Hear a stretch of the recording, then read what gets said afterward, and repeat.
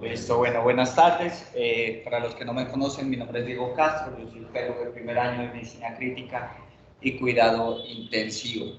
La charla que vamos a dar hoy es vía aérea en la embarazada. Mi tutor fue el doctor Rojas y el doctor Arroyave me acompañó también en la preparación de la charla. ¿Qué vamos a hablar? ¿Ante qué escenario estamos enfrentados? ¿Ante qué escenario nos vamos a enfrentar cuando tenemos pues, una paciente embarazada críticamente enfermo? Es definir por qué el manejo de la vía aérea es más difícil en esta mujer embarazada respecto a la no gestante, cuáles son los cambios fisiológicos y anatómicos que afectan la intubación orotraqueal. Toda embarazada se considera estómago lleno, los predictores de vía aérea difícil son los mismos.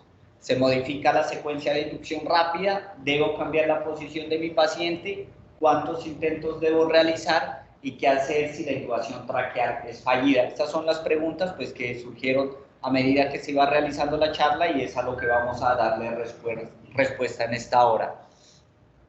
¿A qué nos enfrentamos? Entonces nos enfrentamos a cambios anatómicos y fisiológicos que corresponden pues un desafío en nuestra práctica diaria en las unidades de cuidado intensivo y en las áreas de quirófano pues para los anestesiólogos. Se han encontrado los reportes en las series de casos y cuando se habla de epidemiología en la vía aérea en la embarazada se refiere que existe un riesgo de fallar en la intubación o una vía aérea difícil 8 veces mayor en la mujer embarazada respecto a la mujer que pues no embarazada o la población general. Previo a la aparición y propagación del uso de las anestesias neuroaxiales, las mortalidades durante la cesárea, ¿sí? en el momento de la cesárea, hasta la mitad de las causas de estas muertes correspondían a causas secundarias a problemas durante la intubación orotraqueal. El primer reporte como tal que se realizó, ¿sí? No la primera mortalidad, sino el primer reporte que se encuentra hacia alrededor de 1976 en una mujer que es llevada cesárea. Hasta el 2012 no aparecía pues, un consenso generalizado, perdón la redundancia, de las primeras recomendaciones de cómo actuar ante una mujer pues, que se encuentra embarazada y que va a ser llevada a una intubación orotraqueal. ¿Cuáles son los?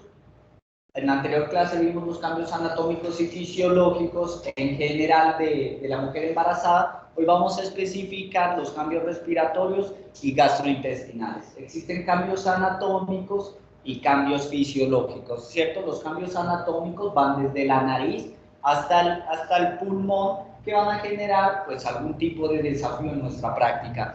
A nivel nasal, la estimulación por parte de los estrógenos produce un aumento del edema de las mucosas nasales, un aumento de la vascularización que nos invita pues, a evitar, en caso que lo pensemos, una intubación nasotraqueal.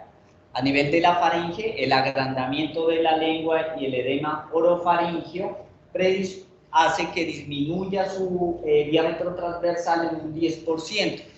Haciendo pues la posibilidad que en el momento del paso del tubo pues sea traumática. A nivel de la laringe, el edema en las aretenoides y las cuerdas vocales le dan una complicación a los valores, a los scores previos que utilizamos generalmente para valorar la vía aérea difícil, en este caso el Mallampati, que si bien tiene un valor predictivo pues digámoslo, regular en pacientes no embarazadas. En las embarazadas el valor predictivo negativo baja aún más, ¿sí? A nivel de la tráquea, el edema disminuye el diámetro y se refiere que tubos de tamaño de 8 o por encima de estos ya pueden generar un trauma importante en el momento de la intubación. Y a nivel pulmonar y de la caja torácica ocurren cambios anatómicos dados por el desplazamiento del diafragma y reducciones en la capacidad residual funcional, que lo que va a implicar es una disminución en los tiempos de apnea. Los cambios anatómicos ya en la caja torácica se dan por dos cosas.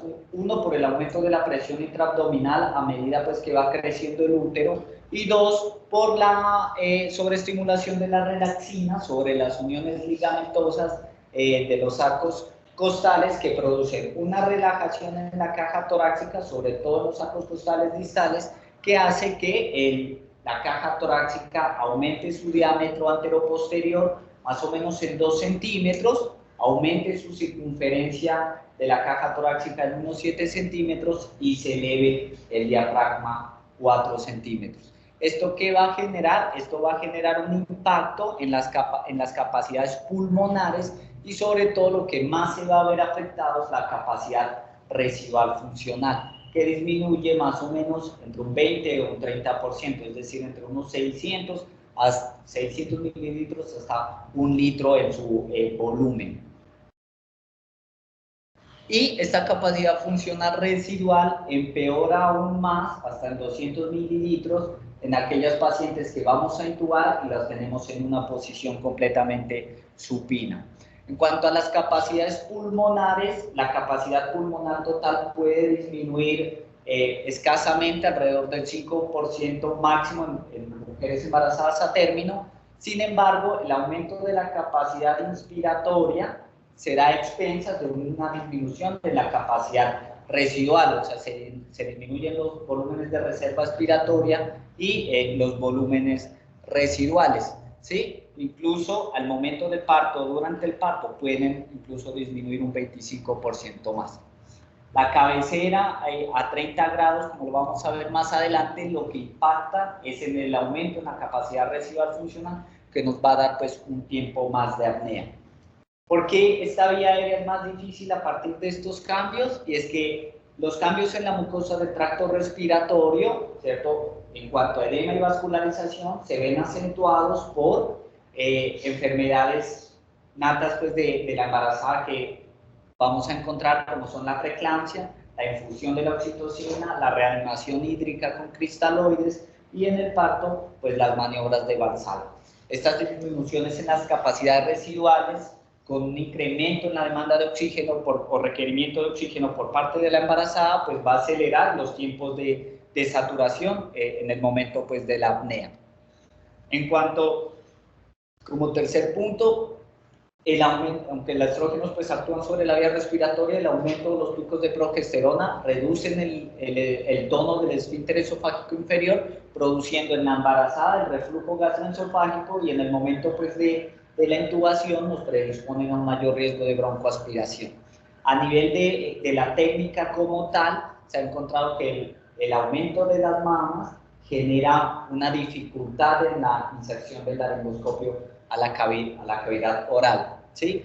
Y el principal problema que se encontró en los registros de mortalidad en las cesáreas que se presentaban por debajo del 2012 era que generalmente es un evento inesperado, ¿sí?, para los anestesiólogos en el momento de la realización de la cesárea, y pues en las áreas por fuera del quirófano, pues que es realizado por médicos no anestesiólogos. Estos cambios de progesterona aumentan el riesgo de broncoaspiración por varias cosas. Primero, el aumento de la progesterona produce un aumento del ácido clorhídrico y una disminución del pH gástrico, una rotación del estómago hacia la izquierda y un ascenso por el crecimiento del útero, que lo que nos va a terminar produciendo es un pH bajo gástrico, una disminución del peristaltismo esofágico, un aumento del volumen gástrico, disminución del peristaltismo intestinal,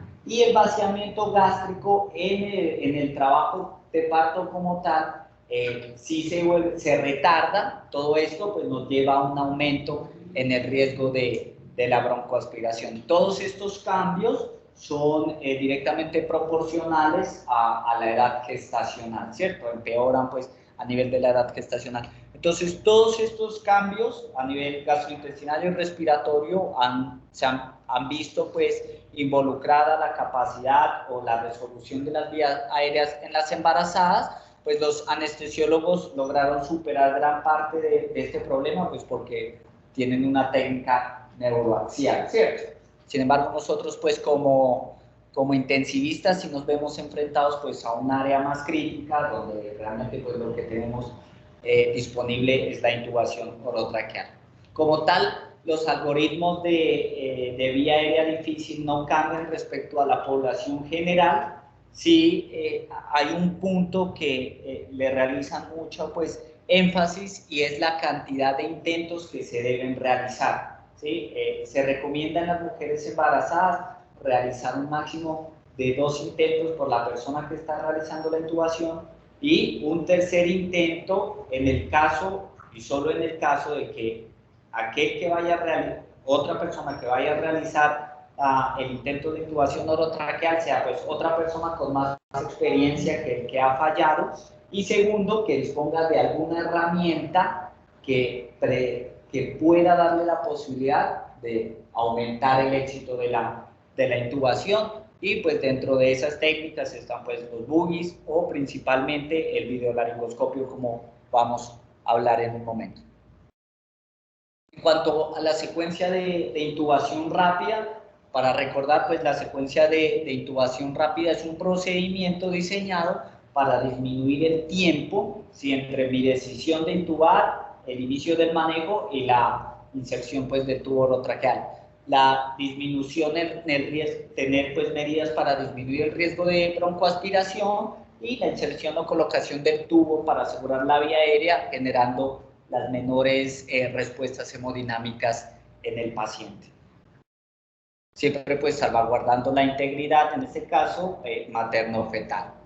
En cuanto si la mujer embarazada se considera candidata a una secuencia de intubación rápida, pues ya vimos por qué la paciente embarazada se considera una vía aérea difícil, un estómago lleno, y dentro de las indicaciones pues, de la secuencia de intubación rápida están el aumento de volumen o presión intragástrica, disminución del vaciamiento gástrico, aumento de la presión intraabdominal, los pacientes obesos o aquellos pacientes que no cumplan con el horario de ayuno, y todo esto pues lo cumple la mujer embarazada. Lo primero en la secuencia de intubación rápida, al igual que en los pacientes no gestantes, pues es mantener un orden, disminuir los distractores, un plan estructurado y racional de qué es lo que vamos a utilizar en la embarazada, principalmente teniendo en cuenta que los medicamentos que pongamos en el paciente pues van a afectar de una u otra forma al recién nacido. En cuanto a los scores para predecir vía aérea difícil, de los más utilizados está el score de Mallampati. Estas son sensibilidades y especificidades y valores predictivos positivos en la población general, ¿cierto?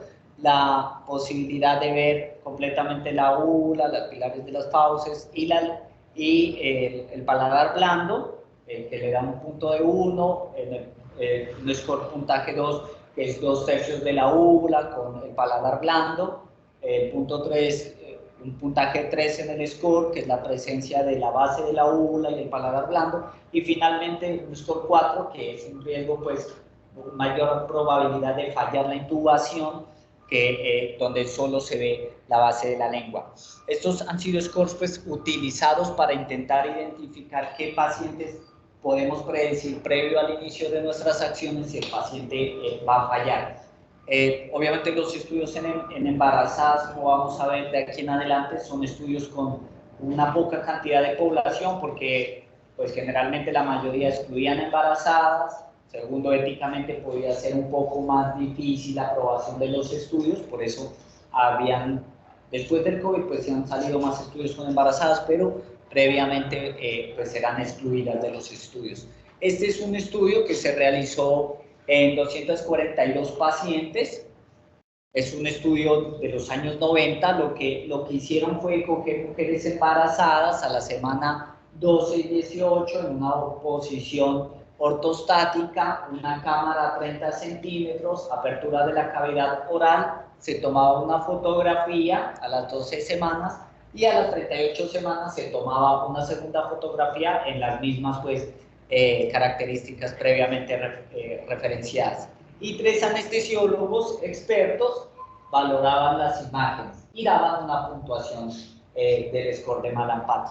A las 12 semanas ¿sí? Se encontró que hasta el 42% de estas mujeres podían ya tener predictores de Mallampati con un puntaje 4, y a la semana 38, con la misma técnica, se encontró que el 34% de las mujeres, de estas 242 pacientes, que tenían un score 3, 2 o 1, a la semana 38, habían aumentado pues el puntaje de score de Mallampati a un puntaje tipo 4, lo que implicaba que daban dos recomendaciones. Inicialmente la mujer si es una vía aérea difícil, y daban la recomendación de que si había una consulta previa donde se habían valorado pues todas los scores de vía aérea difícil, debían valorarse en el momento en el que se iba a realizar la anestesia, porque pues generaban cambios, ¿sí? ¿Cuál es el problema al que también nos vemos enfrentados fuera de los quirófanos en las unidades de cuidado intensivo? Es que todos estos cambios que referimos,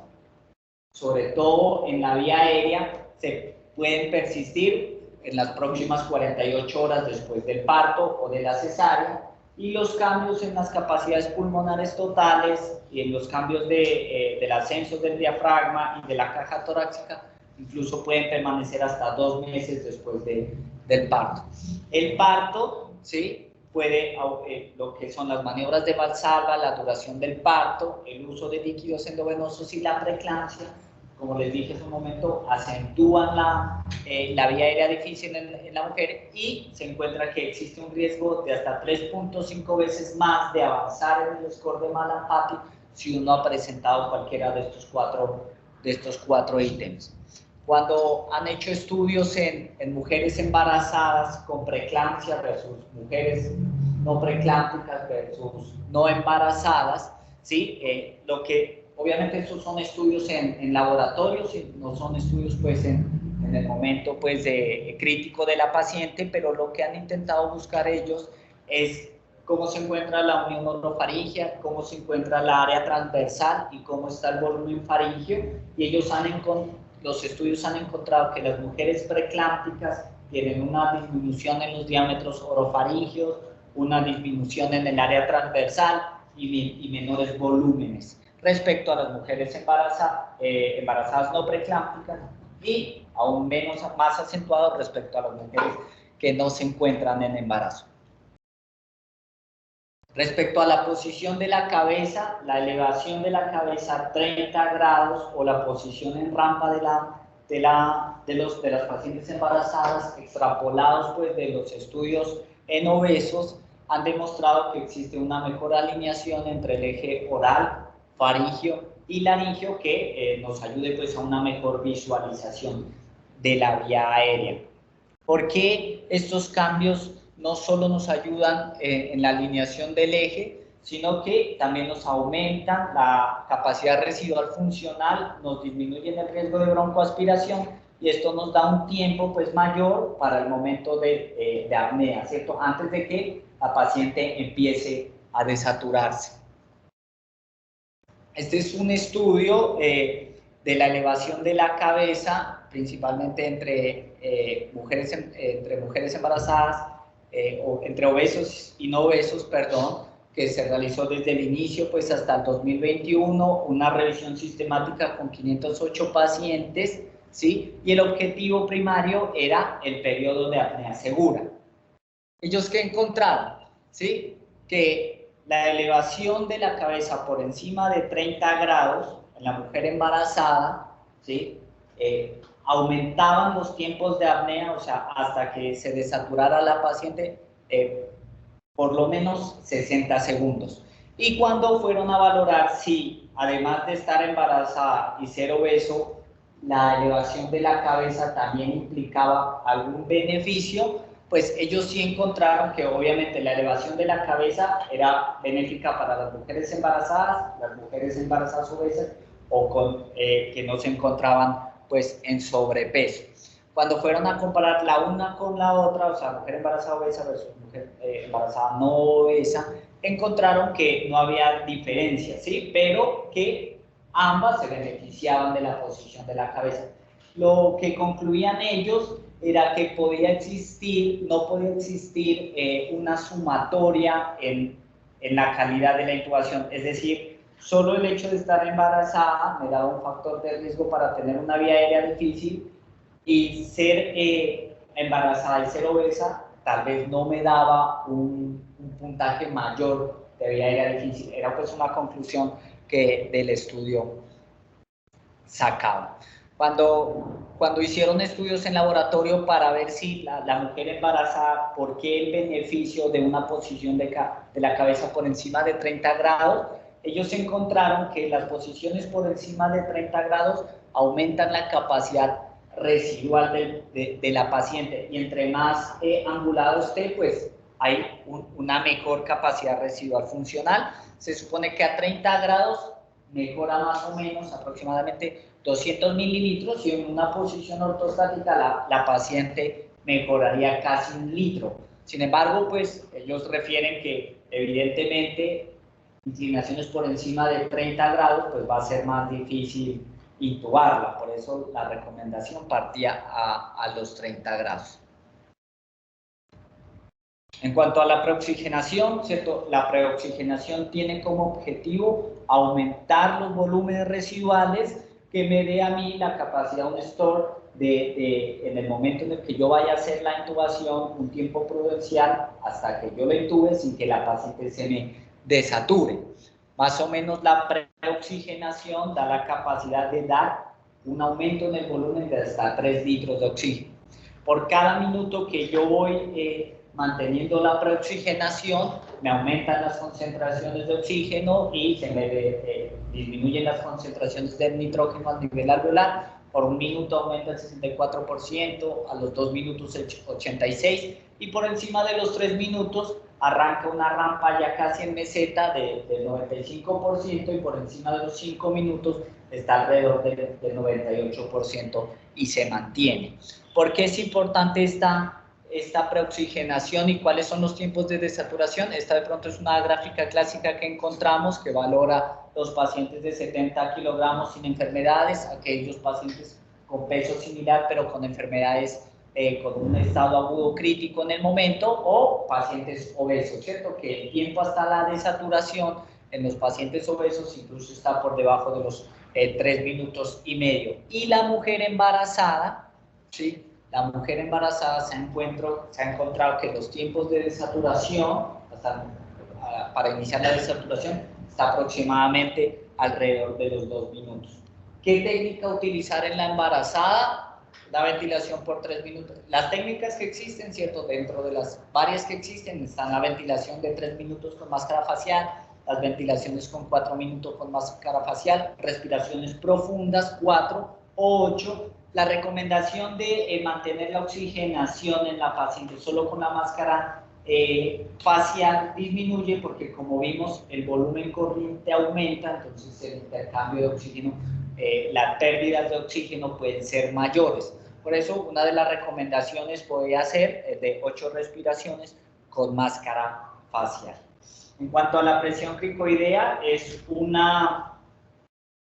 ítem controvertido por parte de los anestesiólogos. Las recomendaciones obviamente en las embarazadas también son controvertidas, pero en las embarazadas lo que encontraba era que podía existir algo de favorabilidad de realizar la presión cricoidea, porque podía pues disminuir el riesgo de broncoaspiración en las embarazadas. Sin embargo, pues no hay estudios que comparen contra las no embarazadas, pero dentro de la experiencia de las anestesia obstétrica, los anestesiólogos, algunos hablaban de referirla. ¿Cuál es el problema de la presión cricoidea? Que la presión de un kilo, que corresponde a los 30 newtons, pues es difícil de valorar a ojo, ¿sí? ¿Cuál puede ser el problema? Que nos puede dar una mala visión de la laringoscopia, una dificultad en la inserción del tubo y una dificultad en la ventilación bolsa-máscara. En cuanto a la inducción, los medicamentos utilizados en la inducción y en la relajación, derivados pues de los empleados en mujeres no embarazadas, pueden atravesar la placenta y generar un efecto en el feto que va a nacer, ¿sí? Por eso debemos ajustarnos al escenario pues al cual nos expongamos. En cuanto al feto prematuro versus el feto a término, no hay estudios que digan, pero por fisiología ellos referían que por fisiología supondríamos que los efectos de los medicamentos en el prematuro pues van a ser más acentuados. ¿Cuáles son los problemas del feto respecto a los medicamentos que vamos a utilizar en la embarazada? Y es que el desarrollo de la barrera hematoencefálica no está completo, por lo cual se alcanzan mayores concentraciones de medicamentos en el sistema nervioso central. Hay una disminución de las proteínas plasmáticas y entre menos medicamento exista unido a la proteína plasmática, pues hay mayor riesgo de eventos adversos. Aparte de que hay menos proteína, esta proteína también tiene menos sitios de unión para el medicamento, y la bilirrubina, que es un efecto pues hiperbilirrubinémico que se puede encontrar en el recién nacido, compite con los sitios de unión del medicamento a las proteínas, haciendo que los efectos puedan prolongarse en el recién nacido. Dentro de los medicamentos, entonces, la ketamina, el etomidato, el propofol y el tiopental, que pueden ser utilizados, todos atraviesan la barrera placental, atraviesan la placenta y llegan pues al feto.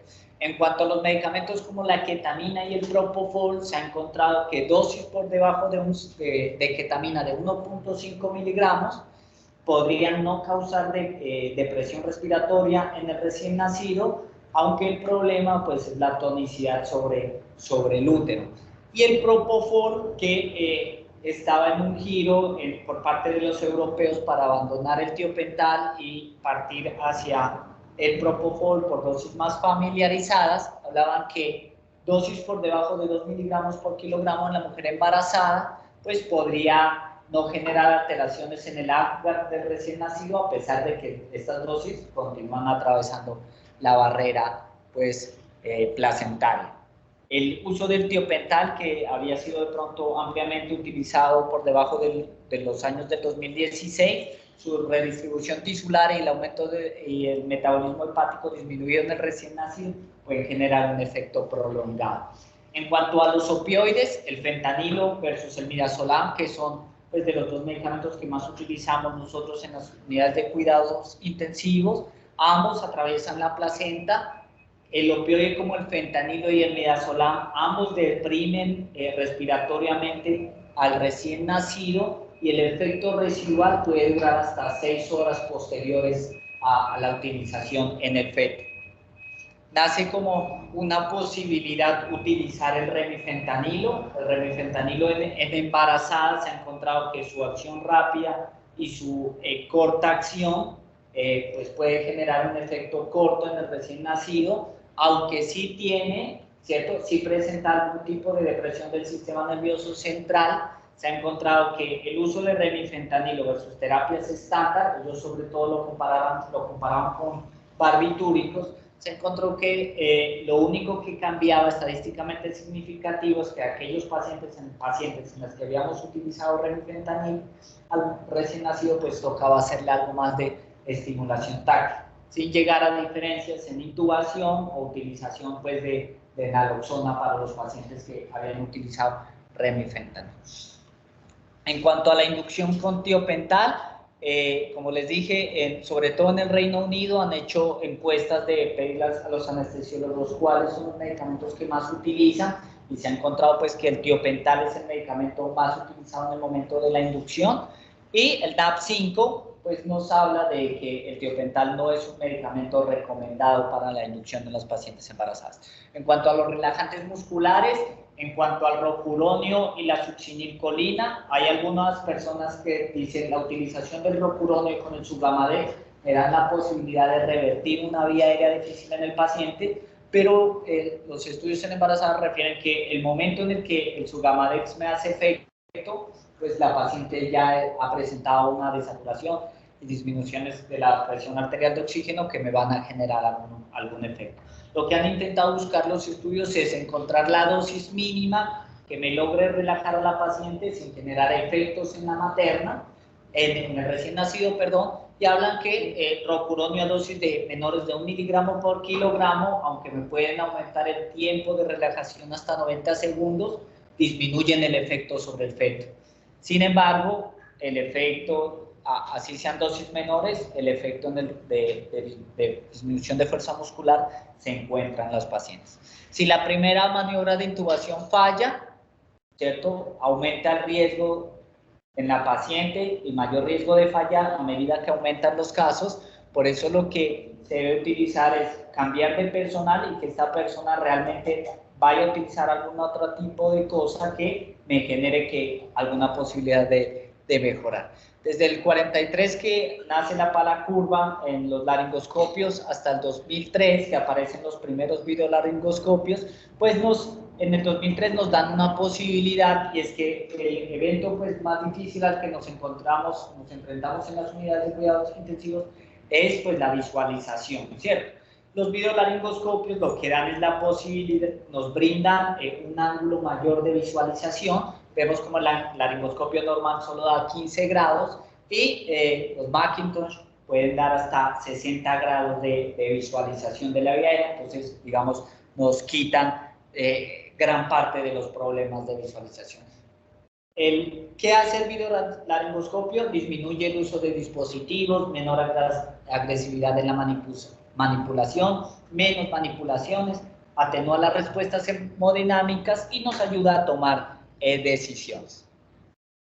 En cuanto al uso de videolaringoscopio versus laringoscopio, esta es una revisión sistemática, iniciaron 48 estudios y en los cuales incluyeron 4 estudios clínicos aleatorizados. ¿Cuál fue el problema? Que en los estudios prospectivos de cortes no hablaban de la experiencia del médico para la utilización del laringo versus el videolaringoscopio, y en los análisis de los protocolos de los ensayos clínicos aleatorizados se encontró que muchos de estos estudios eran en mujeres con vía aérea pues que no la habían reportado como difícil. Entonces el éxito del primer intento o el tiempo hasta la intubación disminuye con la utilización del videolaringoscopio. Sin embargo, pues estos forest plot hablan de que no son estadísticamente significativos, pero al hablar de las limitaciones de los estudios, pues se encontró de que no se habló de la experticia, realmente no se habló del número de intentos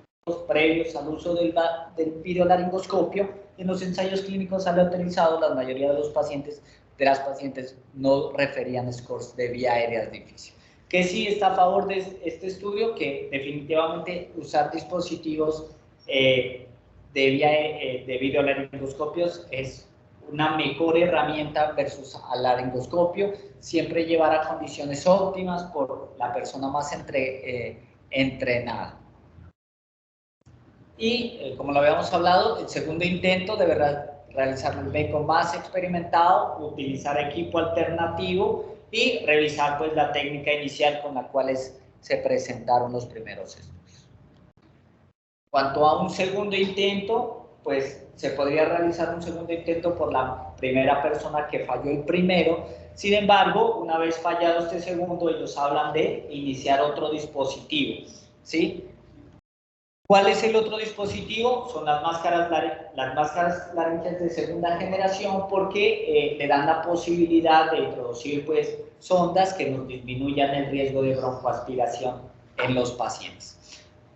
El anestesiólogo, pues cuando se encuentra una vía aérea fallida en la mujer embarazada, pues tiene varias posibilidades: es revertir, o sea, despertar a la paciente, llevar a la anestesia con la máscara laríngea o intentar otra vía aérea. Sin embargo, pues nosotros como intensivistas, pues tenemos que definitivamente llevar a asegurar a la paciente la vía aérea, y es un estudio que recomiendan la utilización de máscaras laríngeas de mayor categoría que nos permitan o una intubación directa o la utilización de un fibro para finalmente terminar asegurando la vía aérea de la paciente. Eso era lo que tenía para el día de hoy de vía aérea difícil, los cambios. Yo tengo una pregunta, profe. Entonces, ¿qué recomendaría uno para una secuencia rápida de intubación y la otra sería farmacológicamente hablando? Y si esos medicamentos que usamos en la secuencia rápida me van a interferir en la monitorización del feto, pues hablo de la monitorización que hace el cambio de frecuencia cardíaca y sabían, pues, porque me pasó que termina siendo una indicación de cesárea emergente en una paciente que uno ya tiene relajada probablemente. Bueno, el escenario, pues el escenario aquí, primero como un comentario para el centro de Doris, pues el escenario que encuentra uno de despertar una materna, pues ese no da, ¿cierto? Siempre que se aproxima una anestesia general en una materna, es una situación de urgencia de no retorno. Y usualmente la indicación no es obstétrica mayor o es del feto mayor, o sea, es una situación que apremia. Entonces, cuando uno va a someter a un paciente a anestesia general, la consideración farmacológica es muy importante porque vos lo que vas a poner tiene implicaciones directas sobre el feto y tienes que tomar una decisión. Si vos pones rocuronio con la intención de poner en su camadesa es para, digamos, disminuir el tiempo, pero digamos que esa no es una buena alternativa. ¿Cierto? Sí o sí, es muy difícil pues, garantizar que el porcentaje de relajante de larga acción como es el rocuronio va a entrar y tendrías que tener la posibilidad de ventilar al feto. Entonces, si eso es de lo que dispones, digamos que no es una buena opción. La opción sería, sin duda alguna, de corta acción y esperanza como sustituir, ¿cierto? ¿Qué hacemos y cuál es la rutina normal? Nosotros cuando hay anestesiólogo aquí que hicieron esa práctica, saben qué es hacer una materna de anestesia general. Hacer una materna de anestesia general es vos jugar con los tiempos y sincronizar la aplicación del medicamento con la salida del feto. Entonces, buena parte de lo que uno trata de hacer es que lo que vas poniendo y tiene menos implicaciones es el momento en que usted la tiene que quitar. O sea, que usted la tiene que quitar en menos de 2 minutos, sin sacar el bebé y quizá el feto. Entonces, si vos tenés esa garantía, que usualmente como usted está bien y eso se puede lograr, para los que no lo logran, vos tenés la posibilidad de que no tenga implicaciones con la succinilcolina, con el opioide mínimo que pones y el inductor que a todas luces te va a dar, que no es una referencia europea que consiguió Diego, que son demasiado clásicos con los europeos y se les va la mano en cosas experimentales, por la posibilidad. Entonces, la recomendación es un inductor de corta acción. Pienso yo que el propofol es una alternativa buena en las maternas, probablemente quedamos haciendo lo que más usamos por las condiciones hemodinámicas, pero usualmente las maternas y un porcentaje de ellas que son hipertensas es una buena alternativa, el metabolismo ultra rápido es una buena opción. De los opioides, por eso le sugeriría a Diego que incluyera el REMI tiene una característica, digamos, favorable con respecto al fentanilo que usamos nosotros más, por tiempo, vida media de eliminación, o sea, tendría el mismo perfil y sin duda alguna sustitución. O sea, ninguna de las otras opciones sería una buena alternativa porque vos estás de cara a que el bebé sí o sí lo tenga que asistir. Y así tengas esa alternativa, pues no es una buena praxis que sea por razones farmacológicas. O sea, obligar a que un pediatra tenga que intubar a un bebé solamente por fármacos y sin cosa. Estamos una buena idea. Entonces, pero supongamos que no sea para el nacimiento para del desembarazar. O sea, esa situación es bastante rara. O sea, cuando uno ve las situaciones de hemorragia cerebral, Y me pasó COVID. Bueno, Me pasó COVID. bueno, un trauma en el que uno quiere sostener, digamos, mantener el feto ahí. Las alternativas que hay farmacológicas, digamos, vos tenés que jugar con eso con el perinatólogo. O sea, hay alternativas, todas las de ellas son las de la debilidad media ultra corta y el rápido metabolismo. Y tener la posibilidad, vos siempre, esos, aún los procedimientos que son con bebecito, éxito y todos los demás, hay una alta probabilidad de parto prematuro. Pero por ejemplo el propofol es seguro, ya lo mostró, ¿sí? O sea, por eso se dijo que intubarlo en insuficiencia respiratoria una materna que no es propofol. Remifentanil es súper seguro, hay estudios de analgesia para parto, remifentanil venoso para analgesia para parto y ha demostrado que disminuye la carga en el bebé, o sea, lo podríamos utilizar. Y el relajante muscular, sí, el que succinilcolina o rocuronio también se ha demostrado. Pero siempre incluir el perinatal. Sí, pero vamos un poquito más allá. Supongamos que una paciente entre el segundo y el tercero todavía no está para desembarazar y hizo una emergencia hipertensiva, una hemorragia cerebral, y me llevó a la UCI. Sí. Ya, yo la intubé, como Dios me ayude, y la tengo ahí para ventilarla, porque no la puedo extubar, porque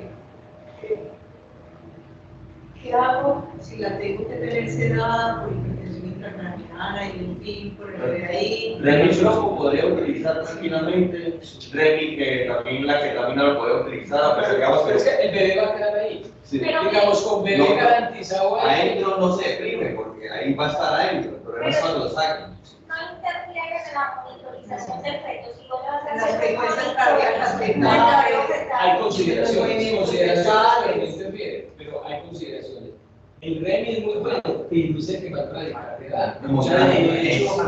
De hecho, es el fármaco deseable para nosotros para control de frecuencia cardíaca del cuerpo cuando es un empiece con un buen perfil. Entonces, tiene consideraciones para el punto de corte. Y existen estudios que me muestren qué tanto me baja para que yo esté tranquila y no diga se definió lo que tengo que sacar. No, de bajar la frecuencia fetal no, lo que pasa es que lo que decía Carlos, lo más importante es la inestabilidad hemodinámica, es lo que le puede urgencializar a usted y puede hacer el sufrimiento fetal, o el estado fetal. Es una pregunta válida que yo no sé responderla, pues, la zona de conformidad no es cuidar maternal de alto riesgo, sin duda, pero sería una buena pregunta, ¿cuánto es el punto exacto?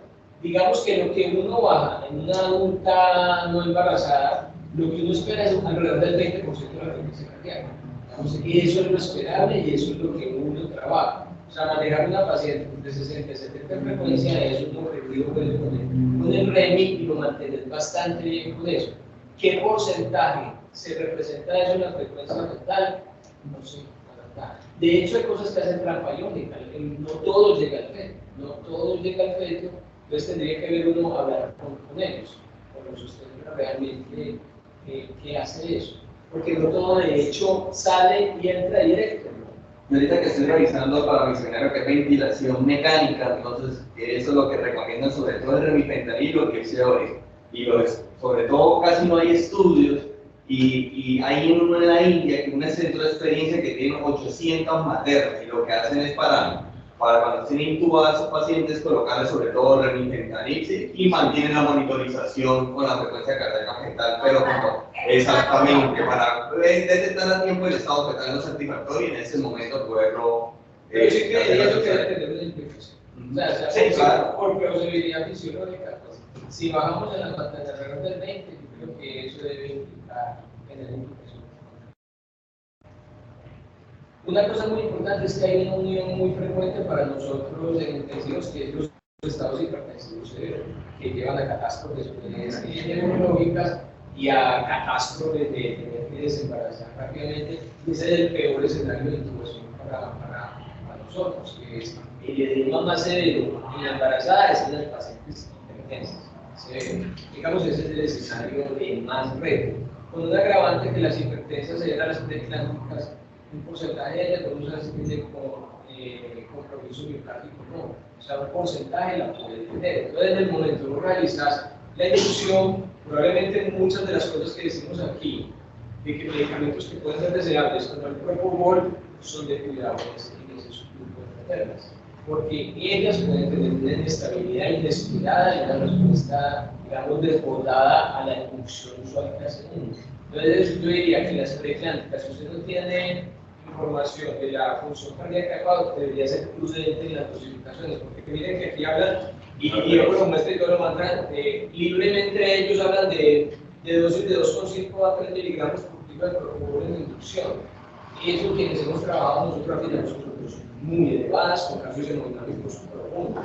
O sea, ponerle una materna que llegue en 80 kilogramos bajito, ponerle usted 160 miligramos en una inducción como mínimo, usted espera un cambio hemodinámico profundo. Y si además tenía depresión de corazón, no lo sabía, pues se colapsa. Y hay otra cosa, y probablemente nos va a tocar casi siempre en obstetricia, y es el escenario de la mamá que ya no es recuperable, pero que está sintiendo como incubadora viva del feto mientras se Por eso el trauma que usted mencionó de trauma, sí es un escenario real y potencial. Pero acuérdense que aún en esos escenarios, la posibilidad realista de cuánto se sostiene a un bebé generalmente son horas para maduración. O sea, uno se imagina, no, es para dejar la mamá ahí 4 semanas. Eso no es realista. O sea, son horas para maduración. O sea, es lo máximo que se puede. 48, 72 horas y para manos. Y en el mejor de los casos, es el número de las eso es muy real. Y una pregunta así como de mucho. Y una que se me olvida nada más, Doris, tener ahí, no desprecien eso último que le pedí que pudiera Diego, el rescate con máscara de vida. Nosotros en Cuidado Intensivo no tenemos mucho entrenamiento, no tenemos mucha habilidad posiblemente a eso, pero no olviden la máscara de la niña, que es el segundo paso, un rescate cuando ya haya atendido. O sea, varios de las estudiando para tal o nada y las cosas locales que nos han tocado ver en la vida de nosotros, de catástrofes neurológicas, es no tener una aproximación rápida a la máscara cuando se han tenido los fracasos. Y poner una máscara también con una vida necesariamente desmatizada es como un dispositivo de rescate y de hacer. Y no olvidar lo que lo que hacemos usualmente es hacer un rescate diferido es un poco tiempo cuando llega otro experto con el dispositivo a través del fibro incubado con la máscara, y es una secuencia segura, que es lo que se debe hacer para mantener una velocidad múltiples y cantidad de intentos, que es lo que ve uno en los casos en donde hay fracasos horribles y resultados horribles. Generalmente lo que uno revisa son intentos sucesivos, desmedidos, sin ningún cambio, como lo mencionaba ahí muy claro. El mejor es el primero, pero si el mejor no es el primero, que sea el segundo, y por ningún motivo, si no hay cambio para el tercero, se dificulta. O sea, ¿qué cambio puede ser? Puede ser que un experto llegue a una persona, esa sería la única condición. O que definitivamente llegó el dispositivo que tú estás pidiendo que tenías, el video que estaba en otro sitio, no tenía el público, que tenía un público, que se tiene mucha suerte. Pero si no hay esas condiciones y el paciente no se ha podido rescatar, todos los que tenemos acá son de segunda generación. Vamos a hacer carros de segunda generación. O sea que podemos hacer un aislamiento más correcto, con presiones de circular por encima de 28, incluso 30, como vamos a producir, que es una presión que aguanta la circulación mecánica. Muy convencional, ¿sabes? Una materna. Con una máscara, si usted está muy encartado y no tiene forma, la saca en el momento y la pueden tirar 2 o 3 horas de la otra persona y hacer eso. En centros con poca experiencia, como probablemente nos va a pasar. Y entonces que estará en centros de su experiencia histórica, el referente, pues, bueno, pero ya otra vez nos toca avanzar. Entonces, en el caso de tener que acceder a una vía aérea de cuidado crítico, que no sea pues porque la paciente está en paro, que es una emergencia, ¿habrá alguna recomendación de que estén 2 expertos? Hay duda, siempre va a ser el profesional de anestesia, siempre nos educaron desde chiquitos a eso, siempre llamen a mí, siempre llamen y pidan algo que nosotros los intensivos. Y no arrancar sin la máscara en la mano. Somos como orgullosos, medio orgullosos.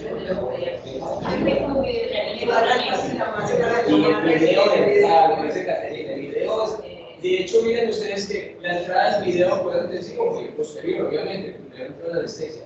Y si ustedes revisan los trabajos iniciales, el de Gama era desesperanzador el video muy intensivo. Y algunos empezaron a decir, no, desaconsejaron, simplemente la culpa y hacemos un tema del dispositivo. Ahora, todos los trabajos que salen posteriormente hablan de las bondades del video en el escenario de cuidado. Entonces, video, sí o sí, pero hasta acá se da, ya estaban por el siempre tener la posibilidad de tener el mejor escenario. Cosas menores pueden ser la diferencia entre un paciente con un médico profesional. La posición, la posición puede ser una cosa que cambie. Los que somos anestesiólogos sabemos, un cambio en la posición, bueno, es la diferencia mutual.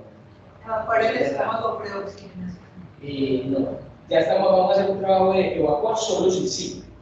O sea, hay que combinarse el residuo importante, porque el solo hecho de pasar la sonda es un estímulo y relajar el esfínter y hay la posibilidad de que se respire. Y lastimosamente estos pacientes es muy difícil de hacer despiertos. Entonces, ¿vos qué vas a hacer despiertos con una materia que ves que acá al muchacho? O sea, es sí o sí anestesia. Muchas de las cosas que hay que mantener, por eso yo pasé en un punto preconductivas. O sea, había un pico de mortalidad severa con la anestesia general cuando ya era su única aproximación a las cesáreas de ciclo urgentes. Ya muchas cesáreas se hacen bajo conductivas, en condiciones muy fuertes de urgencia. Posiblemente eso ha equilibrado la balanza, pero no quiere decir que la vía de la materia de la anestesia general se de hecho, yo creería que es la subespecialidad más fuerte de anestesia. Yo creo que cuando me enfrenté a casos de obstetricidad, anestesia cardiológica, al término más mínimo, una anestesia muy rutina en pacientes que uno hace exactamente lo mismo y que tienen una perfusionista, el único reto que lo maneja uno es obstetricia y en pediatría, que son las dos únicas subespecialidades que están formales aquí en Antioquia, es donde más trabajo intenso tenemos. Mira que no ha crecido con los sistemas de hermanos aéreos y es plata, pues, son códigos, son plata. Entonces la recomendación, digamos, si nos fuera a tocar arrancar dos personas con experiencia y experticia ojalá, una máscara larina para respetarla, intubarla semisentada y exhibir por lo que va. Tiene buena precisión. ¿Qué pena, Luis? Si tenía una. Sí. No me dejen olvidar. Las dosis, por ejemplo, dosis de infusiones se hacen con el peso de la materna en el momento con su bebé. El peso con el que llegaron. Eso es real. Porque el volumen aumenta. Pero la albumina y las proteínas bajan. Sí. Pero esto es real. De la oxigenación médica. Sí. Ese es bien importante lo que dice Susana. Eso nos cambió a nosotros, digamos, el escenario. Dicho, antes se hacía oxigenación apneica, incluso con bajos flujos, y aún en eso mostraba cambios en modo de mortalidad, básicamente por tener tiempo de apnea. Aquí el tiempo de apnea es una cosa trascendental, porque con las maternas, como no estás en el seminario, tú te bajas los tiempos de apnea por todas las desventajas que tiene la materna. Entonces, tener la posibilidad de oxigenar, que esa puede ser otro caso. O sea, aquí ya tenemos abiertamente y con mucha facilidad que teníamos Las cánulas de alto flujo. poner una cánula de alto flujo en todo el proceso desde que iniciaste, que cambia las posibilidades y baja la conducta. No, pero para aclarar, hay un estudio en 2019 que se por lo del COVID, fue una de las cosas que se hizo, lo revisé precisamente ayer, de peroxigenación no de COVID con cánula nasal de alto flujo. Una cosa es la oxigenación médica y otra cosa es peroxidar con cánula nasal de alto flujo, que pues en población en general se puede utilizar. En maternas la única población, el estudio fue de 79 maternas y no mejoró la peroxigenación ni la igualó en comparación de la no invasiva. Entonces habría que peroxigenar con APU o con máscara. Eso es positivo. Sí, y lógicamente también con la cámara de alto flujo para que cuando usted vaya a hacer la laringoscopia siga haciendo la oxigenación médica, pero no es una buena opción peroxigenar maternas con cámara nasal de alto flujo. Yo creo que también falta trabajo. Sí, es muy poquito, pero Lo que ellos refieren, como que no te cuadra. lo que refieren es que como el volumen corriente aumenta, entonces usted lo saca, no alcanza a guardar, sino lo da presión. y que el pic del alto flujo es muy bajito, ¿sí? En cambio usted normalmente cuando hace una oxigenación, está con más anestesia, le da una de presión eso de está voz dar muy invasiva en una paciente con estómago. Entonces, como yo decía, digo, es que aquí hay que jugar con cosas que es muy raro. Por ejemplo, hacer un CELIC muy bien hecho con un paciente que a vos te entorpezca 5 a 10 segundos porque estás peleando con el del CELIC para poder ver algo, termina siendo los 5 a 10 segundos que pensé, pero básicamente. Entonces, realmente, la sugerencia, yo veo uno de los que hacen, no sé, no hacer nunca CELIC a los pacientes si tienes que evacuar porque hay la alta sospecha, lo viste, evacuas, pero para mí es más importante ser veloz, menos de 5 a 7 segundos está el tubo adentro, inflado, porque la maniobra de CELIC bien hecha, relaja el circulación, y eso sí está claramente demostrado. Cada que haces una buena presión de 40 newtons, se perturba. O sea, pues sugerencia personal y controversial como la que soy Diego, son dos. Entonces, eso es muy importante. Pero en relación al tamaño del tubo y el tema de la vía Más pequeños. Y además del edema, los friables que son la facilidad de tienen una alta vascularización de los nervios. Ahí, en cuanto al uso de las cánulas nasales de alto flujo, también hablaban pues de que periodos por encima de 10 minutos de preoxigenación producen en la embarazada ya radicales libres, que sí pueden tener algún impacto en el recién nacido. Yo creo que es muertos y que llegamos. Se parece a un accidente.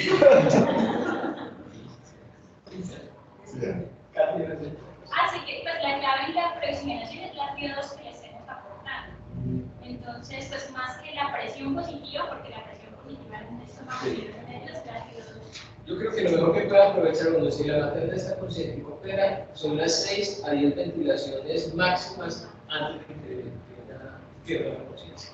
Esa es la mejor, todavía con presión negativa y ella con todo el recurso. ¿Usted aquí tiene canógrafos con oxígeno aspirado?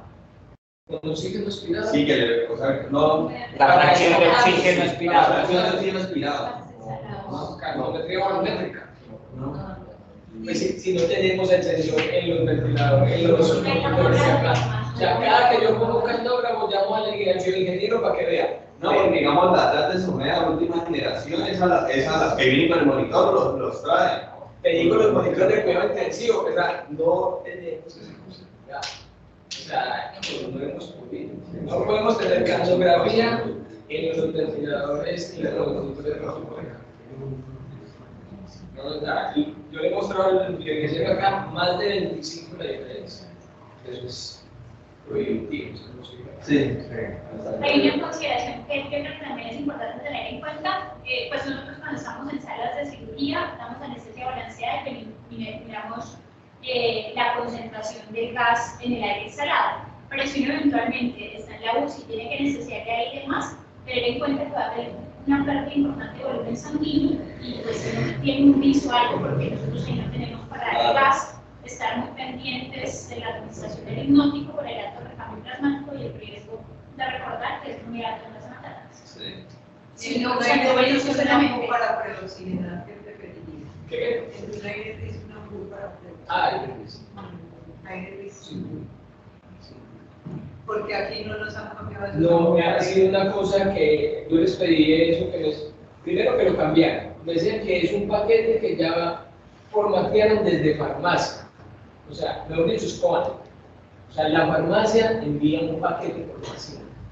Y yo les dije si se podía cambiar, que no enviaran un AMBU, que la única cosa que sirve un AMBU es para transportar a un paciente por fuera del municipio. O sea, para todo lo que sea asistir a un paciente es bastante malo. Lo único que sirve es para eso, cuando pierda la función de tener aire ambiente, por lo menos, es malo.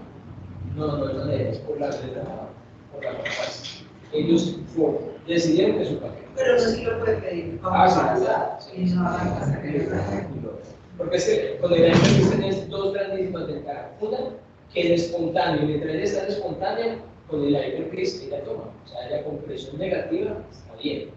Punto dos, puede modular algo disipado. Es una ventaja enorme. Y la posibilidad de tener mucha versatilidad a la hora de la ventilación. Pues las dos primeras son ventajas grandísimas, pero ahora incluso un paciente que yo creo que es para transportar un paciente con el un paciente joven con pulmonar no puede tener un poco problema, pero Gracias. Perdón, qué pena. Somos estudiantes de pregrado y tenemos una invitación para ustedes. El doctor Horacio nos invitó a la reunión de hoy. Primero me presento, soy Juan Pablo Bastidas, estudiante de 10º semestre, estoy con mi compañero Juan David, también de 10º semestre, y somos coordinadores del semillero de investigación en el anestesiología y cuidado crítico. Es una iniciativa de estudiantes para estudiantes. Estábamos muy articulados con anestesia, con especialidad. Sin embargo, desde hace meses llevamos como que rezagados con esa parte de cuidado crítico. Pudimos tener una reunión con el doctor Horacio y nos dijo que pues, él estaba muy dispuesto a integrar a pregrado al pues, tomar el programa y no dejarlos tan abandonados.